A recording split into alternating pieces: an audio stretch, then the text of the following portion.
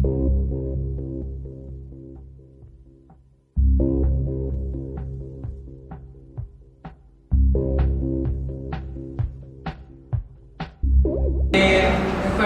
el padre Antonio, nos platicaba ahorita de cómo, bueno, nos decía de cómo ver a Dios. Cuento una pequeña anécdota que me pasó a mí dentro de lo de que yo pertenecía, a lo que ya salí, soy egresado, pertenecía al consejo estudiantil de UCEM. Un maestro muy amigo de nosotros, maestro José Alberto Castellanos, ahorita rector del CUSEA y presidente de los Leones Negros, equipo de fútbol, nos ayudaba a hacer elaborar nuestra campaña. Nos pedía algunas propuestas de campaña. Nos decía, imagínense que CUSEA es como una ciudad pequeña, ahorita hablando de ciudades. ¿Qué le hace falta a su ciudad pequeña? Pues para que pueda complementarse todo. Pues entre propuestas decía, no, pues le hace falta un bar, no, pues le hace falta un cafecito, no, pues le hace falta no sé qué. Porque creo que le hace falta a Dios. O sea, se empezaban a reír mis compañeros, ¿no? Bueno, probablemente sí, le hace falta a Dios. Y el maestro dijo, no, espérate. Eso no lo comenta, porque ya ves la diferencia entre religiones que puede haber en la escuela. Y tú sabes que la Universidad de Guadalajara es un poquito más concreta con eso, ¿no? Un poquito más cerrada con lo que es religiones. Mejor dedícate, si es consejo estudiantil, pues dedícate a lo material que necesita tu escuela. Bueno, ya dejo un poquito de la anécdota para hacer ahora sí la pregunta. ¿Cómo hablar de Dios en nuestra ciudad, pero sin mencionar a Dios o sin usar el término Dios en su experiencia catequética? No a veces porque nos dé pena, sino porque creo que todos conocemos a alguien, al menos tenemos un amigo, que cuando mencionas a Dios, dice, choro, oye, voy a empezar ¿Cómo utilizar o cómo hablar de Dios sin utilizar el término Dios en su experiencia catequética?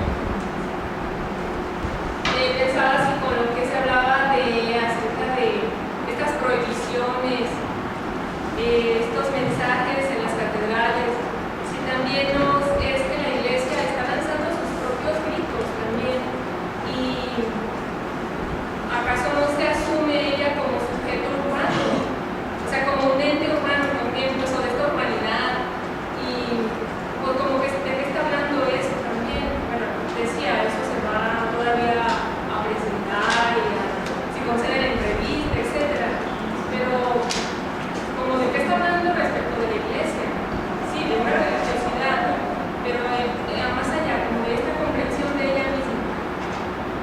Comentando con lo que mencionó ahorita, uno como católico debería seguir esas normas, esas como leyes establecidas por la iglesia, porque yo pienso que también se estaría contradiciendo la iglesia, porque si nos enseñaron que Adán y Eva nacieron pues desnudos, ¿cómo no dejan entrar a mujeres en blanquitos y no dejan que comulguen? Si eso, la ropa nosotros lo creamos los humanos, no Dios, no la iglesia. Mañana venimos en uniforme. Sí, gracias. Te doy respuesta en mi experiencia, sobre todo desde ahí, en algo que en una ocasión leí y se me quedó, sobre todo en la dificultad a veces de interpretar el ambiente que tenemos. Es la siguiente. Decía la expresión que para lo que había y para lo que estaba hay algo ya hecho, pero para lo nuevo y para lo que viene pareciera como que tenemos que inventarlo. ¿Qué quiero decir con esto? Que hay un gran esfuerzo, y por supuesto los esfuerzos son loables todos, pero que sí, más que hablar de Dios de una forma como tan directa, verbal y con toda una serie de prácticas y ritos, ahora el lenguaje y la presencia y el hablar de Dios toma un rostro que es a través de las actitudes de las personas. En mi experiencia va por ahí, y que ya de una manera u otra se ha como profundizado en distintos campos. Primero, una iglesia y unos creyentes más testimoniales, que desde nuestro testimonio ya de por sí sea un lenguaje, que nuestra persona sea de por sí un lenguaje, que el compromiso, que la responsabilidad ya de por sí nos hable. que de por sí se provoque desde nuestro ser, nuestra persona, una respuesta que para los demás deja inquieto y se convierte en un referente. Entonces, lo que se dice pues en la iglesia testimonial.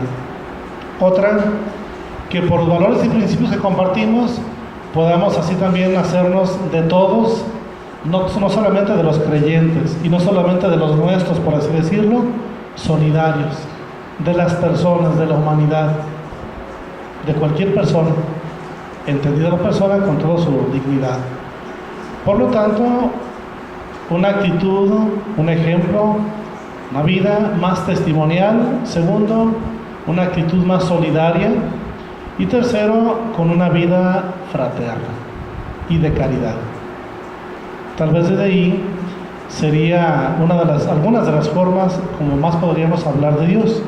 Por supuesto, esto no excluye la expresión verbal y las formas y modos diversos que pueda haber, pero sí ante la diversidad y ante la expresión como tan distinta de una ciudad que se presenta con muchos rostros y con muchas facetas y con muchas fisonomías, una actitud más testimonial, más solidaria, de caridad y de fraternidad.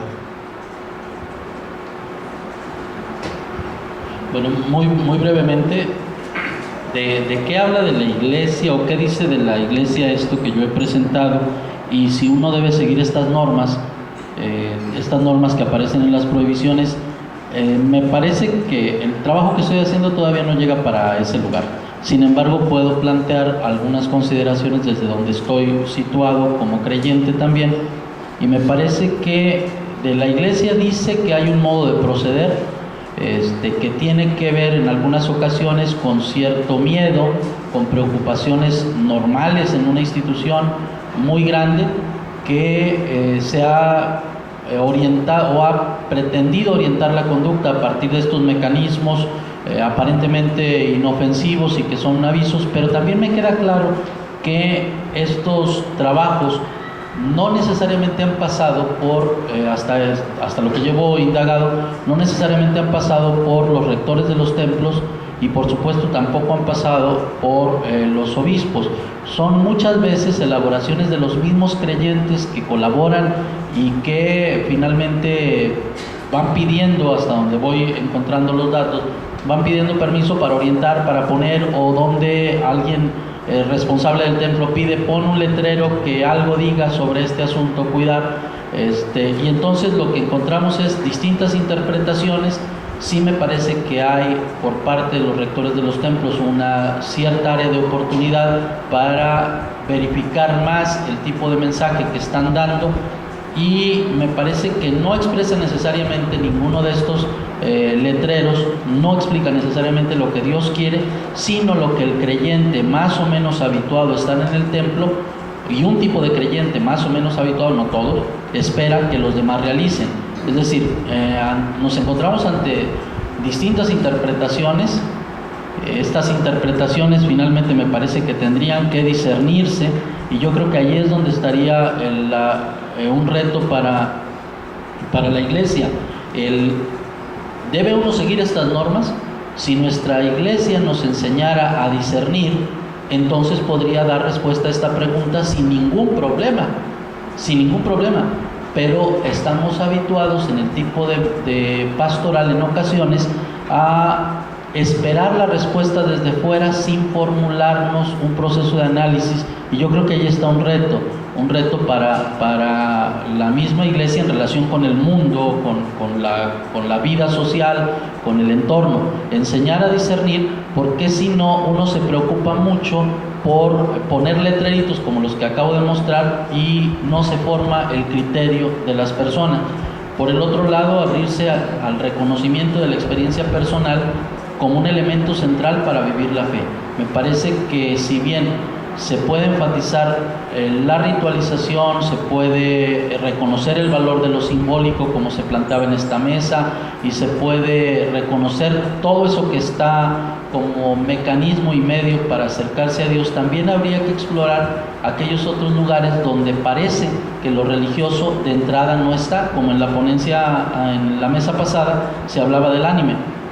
Ahí hay también un lenguaje religioso que no estamos acostumbrados a leer en los medios, las nuevas tecnologías de la información y de la comunicación. Hay también algo ahí importante que explorar. Entonces yo creo que habría que abrirse al reconocimiento por un lado de la experiencia personal para vivir la fe, y luego pensar nuevos modos de presencia que podría ser útil empezar a ubicar en este momento. Pero no tengo una respuesta armada, reconozco, pero por ahí perfilaría el comentario. A la hora de que hemos estado planteando las diversas propuestas, creo que algo que hemos coincidido es que nuestras grandes ciudades necesitan también diversificar su propuesta pastoral, y así como debe de ser válido para algunas iglesias y templos por el tipo de vivencia religiosa que ofrecen, poner estos letreros, a lo mejor alguna parroquia con esta sensibilidad de seguir atrayendo, de seguir convocando, a lo mejor provocará letreros que le inviten, en lugar de fijarse mucho o de sentirse excluido con ciertos letreros, que se sienta animado y que no haya a lo mejor prohibiciones. Tan válida una propuesta a lo mejor como otra propuesta. Son alternativas, ¿verdad?, para nuestros diversos modelos de vida y de relación religiosa. Ok, escuchamos allá la inquietud.